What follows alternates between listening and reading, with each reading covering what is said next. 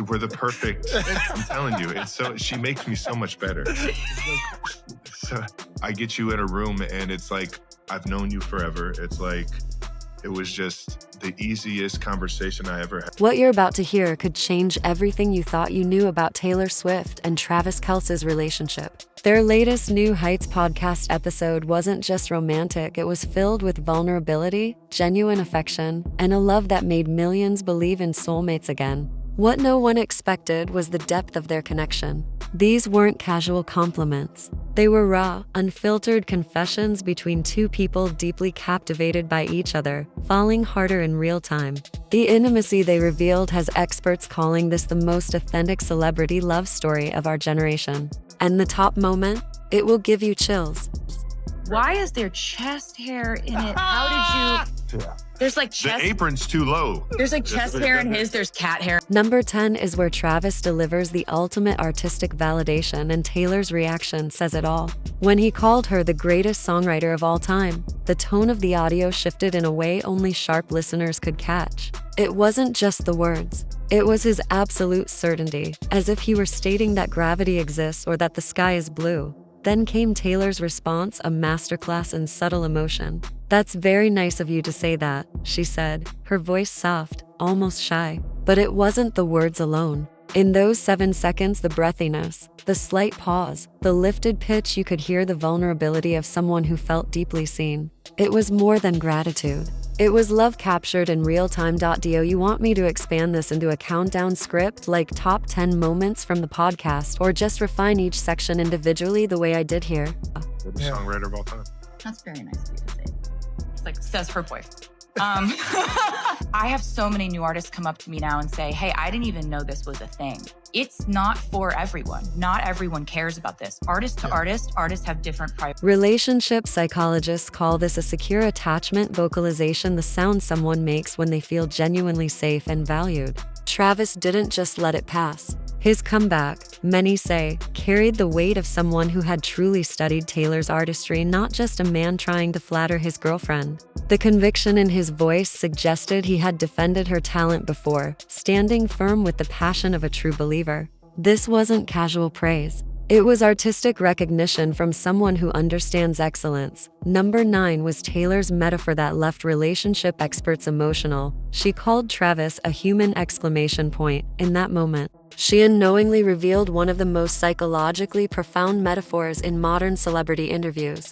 But her second comparison had therapists across the country taking notes. He's like when you take a picture on your phone and hit the enhance color button. That's what you do to every text. Read that again. She wasn't just being cute, she was describing the neurological effect of being in love. Dopamine and oxytocin literally alter our perception of reality, making everything brighter, sharper, more alive. Travis is like, he's just a vibe booster in everyone's life that he's in. He's like a human exclamation point. Like, and you were not judgmental about the fact that I knew nothing about the world. When someone lifts your emotional baseline simply by existing, that's not casual dating, it's profound neural rewiring. Taylor, admitting that she now uses more exclamation points because of Travis, wasn't just playful. It was vulnerability and trust on full display. It revealed how deeply she's allowed him to shape her world. Psychologists call this massive trust the willingness to let love change your natural rhythm. Millions of listeners connected to that moment because she put words to something universal. The point when love doesn't just bring happiness, it amplifies your identity. It makes you feel not only loved, but more authentically yourself.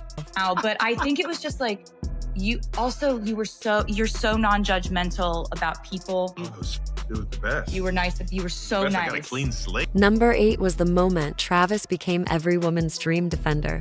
What started as a light-hearted exchange about athletic abilities turned into something far more powerful. When Taylor downplayed herself with, "I'm not an athlete," Travis didn't let it slide. His immediate, almost protective response, "Don't say that. Don't you say that," wasn't just about words. It revealed a man who refuses to let the person he loves diminish herself, even jokingly. In that moment, he showed exactly how a secure partner uplifts, protects, and validates the one they cherish most. Say that. doesn't come naturally because I'm not an athlete. So it's like that stuff I have to really force myself to do. Don't you say that. I mean, The psychological depth of this moment was remarkable. Travis wasn't simply disagreeing, he was genuinely offended that Taylor would minimize herself. When he referenced her power skip from the Eras Tour, detail only someone who truly studied her performances would notice, it revealed how closely he pays attention to her excellence. Power, skipping in heels isn't just stage presence. It's pure athleticism. And in that instant, Travis showed he doesn't just love Taylor Swift, the superstar, he loves Taylor the individual. He studies her, celebrates her strengths, and protects her from her own self-doubt. The subtext melted hearts everywhere. This is what it feels like when someone recognizes your power more clearly than you do yourself. But why do we take it that way? I it's don't not know. like I'm like I'm not an athlete, and that's fine. Spiral? Yes. You gotta be real. better than me. Because it's not. There's no spiral. Ooh. I've seen you throw a football. No, that's not good, That and you know counts. that's not good. It does. No, It does. I don't think I've ever caught anything that's ever been thrown to me, Nope. near me. Number 7 was Taylor's relationship insight that therapists will be quoting for years. Laughing, she said, "He's crazy, but there's a right crazy. He's the good kind of crazy." In just 8 words, Taylor delivered better advice than most self-help books, capturing the wisdom of recognizing the difference between healthy passion and toxic chaos. How did you know he wasn't crazy? Because that's the other side of that, right? Like a guy goes up there and professes his love for you. He is crazy, Well, Jason. But there's a right crazy. Yeah, he's the good kind of crazy. I was just like, he's truly getting to know me in a way that's very natural, very pure, very normal. And I knew that he wasn't crazy the first couple of times that we talked. Like, also like just the way that he could make me laugh so immediately about normal things. But the real revelation came next: how easily Travis made Taylor laugh about ordinary things, and how naturally he got to know her. For someone who lives in the extremes of global fame, those small, genuine moments of normalcy are rare and priceless. When Taylor described him as non-judgmental about her lack of football knowledge, she was really describing psychological safety, the foundation of every lasting relationship. This was the breakthrough. She found someone who could look past the superstar image and simply appreciate the woman learning something new, without condescension or performative patience. Then came number 6, the moment Travis revealed when he knew she was the one. The football learning journey wasn't just adorable, it was profound. He watched Taylor Swift, the biggest music star on earth, dive into his world with childlike curiosity and real competitiveness. His words said it all. She's not messing around. No, Tay's not messing around. That was the moment he fell even harder. You would ask some of the best questions when we were up in the booth, and She's not fucking around. No. Tay's not fucking around. Oh my God. She's not around. desire to learn more, but your genuine excitement around it, as well as like your competitiveness. Notice the nickname Tay delivered with such natural affection. But the real psychological jackpot was Travis's description of her growth. From not knowing what a first down was to running through his house screaming, "We drafted Xavier." Experts pointed out he wasn't just impressed by her knowledge. He was astonished by her full emotional investment. She didn't just learn football, she felt it. That's the mark of someone who loves not only your achievements, but your passions too. Then came number 5, Taylor's John Hughes confession. When she compared Travis's podcast approach to a John Hughes movie, saying he was just like standing outside my window with a boombox, she accidentally revealed a profound truth about modern romance. This kind of felt more like I was in an 80s John Hughes movie and he was just like standing outside of my window with a boombox, just being like, "I want to date you. Yeah. Just meet me once. Give me a chance. Do you want to go on a date with me? I made you a friendship bracelet. Do you want to date me?" I was Come like, outside. The psychological insight here is clear. People who repeatedly declare their luck often do so as a way of guarding against losing it. But Travis isn't just grateful, he recognizes how rare this connection truly is. Number 3 was the mutual growth admission that had therapists applauding. When both said, she makes me so much better, they revealed the very essence of relationship psychology, mutual elevation. Taylor's example drove this home. She didn't just claim Travis made her better, she showed it. His non-judgmental approach created the space for her to admit she didn't understand football. Instead of shame, there was safety. Instead of judgment, there was encouragement. That safe space became the soil where genuine learning and growth could flourish. It was partnership in its purest form. I love to paint. I love to cook. I have a different baking obsession. We're very deep in a sourdough obsession that has taken over my life. I am aware. Yeah, I'm the luckiest man in the world. Right now. Dude, I'm lucky. I'm working as much as I am and running as much as I am because I am getting the caloric intake. The psychological insight is clear. People who repeatedly declare their luck often do so to guard against losing it. But Travis isn't just grateful, he recognizes how rare this connection truly is. Number 3 was the mutual growth admission that had therapists applauding. When both said, she makes me so much better, they revealed the essence of relationship psychology, mutual elevation. Taylor didn't just say Travis made her better, she proved it. His non-judgmental approach gave her permission to admit she didn't understand football. Instead of criticism, she was met with patience. Instead of embarrassment, she was met with encouragement. That safe space became the ground where real growth could happen. This wasn't just romance. This was true partnership in action too. People actively shaping a relationship where both become the fullest versions of themselves. I would have never went on here and told everybody how butthurt I was. Yeah, I'd never just been so engulfed in the curiosity of who you. This is advanced emotional intelligence at work. Their relationship milestone shows they've moved far beyond mere attraction and surface-level chemistry. What we're witnessing is deep admiration for each other's character, the kind of recognition that forms the foundation of lasting commitment. That's the key difference. Between fleeting infatuation and enduring love, attraction fades. But respect and admiration for who someone truly is only deepen with time. Love.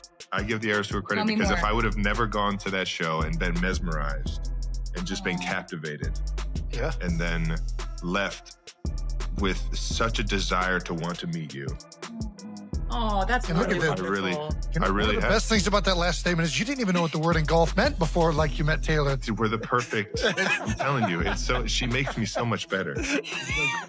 So I get you in a room, and it's like I've known you forever. It's like it was just the easiest conversation. Number 2 is the sourdough love language that proves they're building something lasting. The entire sourdough exchange was pure relationship gold for anyone who has truly been in love. Taylor, sending 2 loaves to training camp might sound simple, but it revealed something far deeper, the instinct to nurture him in the most fundamental, human way. What fascinated experts wasn't just the bread, it was the system they created together. Her station and his station. 2 people building shared routines, weaving intimacy into ordinary life. These aren't grand gestures for the cameras. They're unintentional, everyday acts of love, the quiet foundations of a partnership designed to last.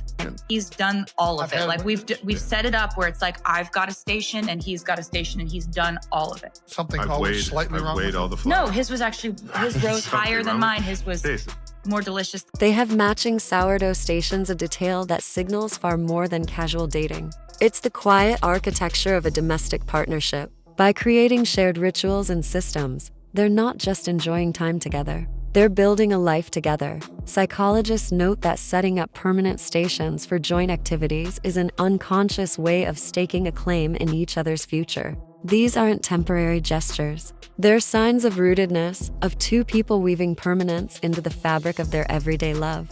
Okay. So he's actually baked too. I've stretched and folded before. Yeah. I'm not saying it's not good, but it's no way as good as Taylor's. That's not true. There's gonna be so many more germs and microbes and crap. Oh my God.